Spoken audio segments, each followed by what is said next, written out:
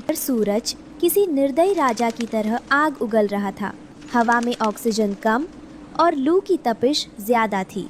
बरगद के पुराने पेड़ के नीचे मिट्ठू तोता और उसकी पत्नी तोती बेहाल बैठे थे। मिट्ठू, अब सहा नहीं जाता। पंख फड़फड़ाने की भी हिम्मत नहीं बची। क्या हम प्यास से यहीं दम तोड़ देंगे? हौसला रखो प्रिया, रानो गई है कहीं पानी की तलाश में।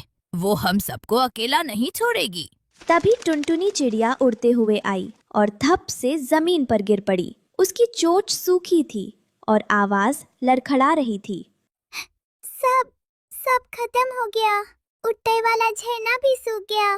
कालू कौवे ने जो थोड़ा सा पानी बचा था उस पर कब्जा कर लिया है और किसी को पास नहीं आने दे रहा। रानो चिड़िया जंगल के सबसे सूखे इलाके में उड़ रही थी। उसकी पोटली में एक पीपल के पत्ते में ओस की कुछ बूंदें जमा थी। ये उसकी 3 दिन की मेहनत थी। अचानक उसने देखा कि एक बूढ़ा भूरा पंखों वाला उल्लू तपती रेत पर पड़ा था।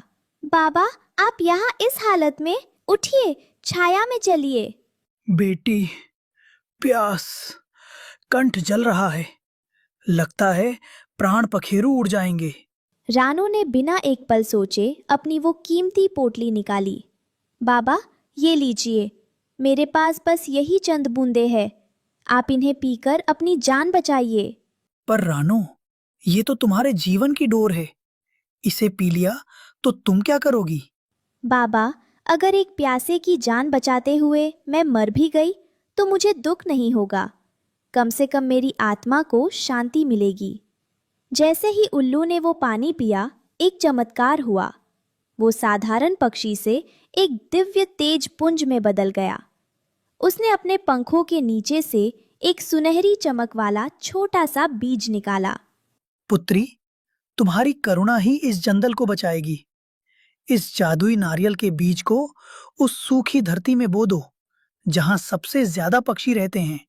याद रखना, इसे पानी की नहीं बल्कि निस्वार्थ प्रेम के आंसुओं की जरूरत है। रानो बीज लेकर उसी बरगद के पास पहुंची जहां सब पक्षी दुबके थे। उसने मिट्टी खोदी और बीज बो दिया। जंगल की बदहाली और प्यासे बच्चों को देख रानो फूट फूट कर रोने लगी। जैसे ही उसके आंसू मिट्टी में गिरे, धरती के अंदर से एक गड़गड़ाहट सुनाई दी। ये कैसा शोर है? क्या भूकंप आ रहा है? देखते ही देखते एक विशाल हरा तना जमीन फाड़कर बाहर निकला। वो इतना तेज बढ़ा कि कुछ ही सेकंड में आसमान छूने लगा। उस पर एक विशालकाय सुनहरे रंग का नारियल लगा जो किसी महल जितना बड़ा था। हे जादुई वृक्ष, क्या तुम सच में हमारी मदद के लिए आए हो या ये मेरी प्यासी आंखों का कोई भ्रम है? डरो मत रानो, मैं तुम्हारे उन्हीं आंसुओं का फल हूँ जो तुमने दूसरों के दुख में बहाए हैं। मैं महज एक घर नहीं, तुम्हारी करुणा का प्रतिबिंब हूँ। कितना विशाल और शीतल है तुम्हारा स्पर्श। पर क्या तुम मेरे इन सैकड़ों पक्षी भाई बहनों को अपने अंदर जगह दे पाओगे? बाहर सूरज उनकी जान ले रहा है। रानो, मेरे दरवाजे केवल उनके लिए खुलते हैं जो दूसरों का दर्द समझते हैं। तुम भीतर आओ और देखो मैंने तुम्हारे परिवार के लिए क्या सजाया है। नारियल का दरवाजा खुल जा सिम सिम की तरह खुलता है। रानो भीतर कदम रखती है। वाह, यहाँ की हवा तो चंदन की तरह महक रही है। पर ये क्या? यहाँ की दीवारें तो पारदर्शी है। हाँ रानो, ये पहली मंजिल है। यहाँ की दीवारें तुम्हें बाहर का नजारा दिखाएंगी, पर बाहर की तपिश को भीतर नहीं आने देंगी। देखो, यहाँ दीवारों से जो रस बह रहा है वो साधारण पानी नहीं, जीवन अमृत है। सबको कहो कि अपनी प्यास बुझा लें। और वो ऊपर की सीढ़ियाँ कहाँ जाती है? दूसरी मंजिल आराम के लिए है रानो। वहाँ मखमल की घास उगी है जहाँ थके हुए पंछी विश्राम कर पाएंगे। और तीसरी मंजिल पर मैंने आकाश की ठंडी लहरों को कैद किया है ताकि दोपहर की लू में भी तुम सबको सावन का एहसास हो। तुम महान हो। तुमने हमारे छोटे से जंगल के लिए इतना कुछ किया। महान मैं नहीं, तुम्हारी वो एक बूंद थी रानो। याद रखना, जब तक तुम्हारे मन में ममता है मेरी दीवारें अटूट रहेंगी, लेकिन जिस दिन यहाँ नफरत या लालच का पैर पड़ेगा मैं पत्थर बन जाऊंगा। मैं वचन देती हूँ ये घर प्यार का मंदिर बनेगा। टुनटुनी, मिट्ठू, जल्दी आओ, देखो हमारे जादुई नारियल घर ने हमारे लिए जन्नत सजाई है। तभी वहाँ कालू कौवा अपने कुछ साथियों के साथ आ धमका। उसके हाथ में एक बड़ा पत्थर था। पीछे हटो सब, भीख मंगो। ये जमीन मेरी है तो ये जादुई पेड़ भी मेरा हुआ। अब इस ठंडे महल में सिर्फ मैं रहूंगा। जो अंदर आना चाहता है उसे मुझे 2 किलो अनाज देना होगा।